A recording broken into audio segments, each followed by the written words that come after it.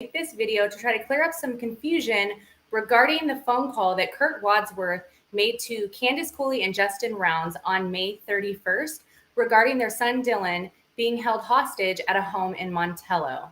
The reason why it's necessary to make this video is because there is some misinformation out there that I would like to clear up. There are a few videos per Kurt Wadsworth's interview saying that it was 8 to 9 days after Dylan went missing, not on May 31st, which was a Tuesday. And then Kurt Wadsworth's daughter also did an interview with Zav Girl on July 17th. And she also said it was several days after Dylan went missing later on in the week. But Dylan went missing May 28th, which was a Saturday. So if it was several days later on in the week, I'm assuming that maybe she meant the following week. However, I did some research and I have these clips for you from Candice Cooley's interview with Nancy Grace and then from the Zav Girl interview with Sammy, Kurt's daughter. And I also found an official statement from the sheriff's office that confirms it was indeed May 31st that this call occurred. So I will play these clips for you so you can hear for yourself.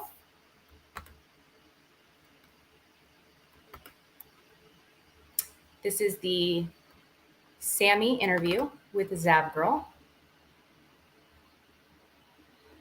The act specifically to do with the psychic. As per an official timeline, I believe put out on the official Facebook, could be wrong, I always say that, I could be wrong. It said that that Kurt gave the tip that Dylan may be being held at Robert Aviles' place by Chase on Tuesday, which was one day after the parents went out there and discovered that he was missing. Then in the interview, actually, have you heard that 2.5 hour long interview with Kurt? I've heard bits and pieces of it. I have not sat and listened to the whole thing, but it was not on Tuesday. And I know that. Kurt was out on the property, on Dylan's property, helping them drain the pond on that Tuesday. He doesn't have service out there. No cell phone service? His phone, he gets down there and he's too far away from that tower and it doesn't work. Okay. Well, that kind of clears that up because in the interview, Kurt says that it was 8 days in that he gave that psychic tip. Yeah, it was several days in. It might. So he's figuring 8 days in, counting from Saturday, the day that he went missing, because his clock figures from the day he went missing. So it was later in that week when he called and said, "Hey, I just got this tip," and that tip was actually given to him from my other sister. Wow, the official timeline is wrong. Then it says Tuesday. All right. So as you guys heard, that was Sammy on Zav Girl, and she was saying that it was later on in the week. So I'm not sure if maybe she was saying Sunday or later on in the following week, but she was adamant that it was not May 31st, which was a Tuesday. But then Candice Cooley gave an interview with Nancy Grace on June 13th. And this is what she had to say on it. It's a very short clip, but I want you guys to hear for yourself what she had to say on it.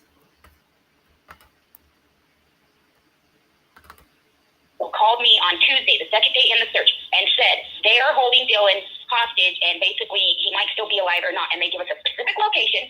And so that is when Justin called. So I talked to this guy 3 times. So we all hauled into Montello, not Elko. It was in Montello.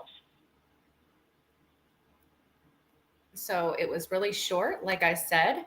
I did end up doing more research. I pulled up the official timeline that Black Dove was referring to in the Zav Girl interview when asking Sammy to clarify. And this is what the official timeline says. It references the Nancy Grace interview. Tuesday, May 31st, family received a call from a citizen of Montello, Kurt, who used to work for Dylan, stating Dylan was being held in a specific location by Chase and another gentleman in Montello, Nevada. ESCO sent out 6 deputies, but he was not there and they searched the entire property.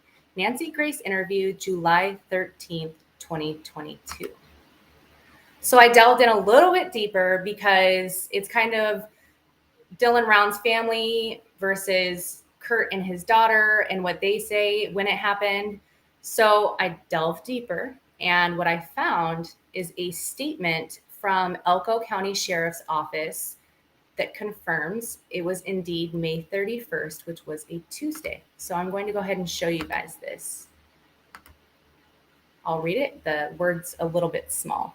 We were first notified of this case on May 31st, 2022, when we responded to Montello on a call that someone was being held hostage in Montello. Sheriff's Office deputies responded to Montello and searched a residence with the consent of the owner. At that time, we reached out to Box Elder County and offered our assistance. So you guys are more than welcome to go look this information up yourself. I will go ahead and link the Zav Girl interview down below, and I will also link the Nancy Grace interview down below. And then the Elko County Sheriff's Office, all you have to do is type that into Facebook. It's a post from June 9th, and you guys can verify it yourself. Let me double check and make sure it was from June 9th. Yep, June 9th, 2022. So I don't know, I don't want you guys to take my opinion and run with it. You guys can form your own opinion based on the information that I've presented. However, in my opinion, I just feel that law enforcement has no reason or nothing to gain from changing the date of when this call occurred. And I'm very certain that law enforcement would probably have pulled phone records or reviewed phone records, or even the 911 call that came in. They keep track of that stuff. So I'm going along with the May 31st date. That's just me. That's my opinion. You guys are more than welcome to believe whatever you want regarding this call. I just find it interesting that there's so much differing information out there, and I'm not sure what the reasoning behind that is. It could be like maybe a memory issue because this is a traumatic event for everyone. So maybe some people are forgetting or remembering things differently. However, hopefully this cleared a little bit up for you guys, and I will be making more videos soon. See you around.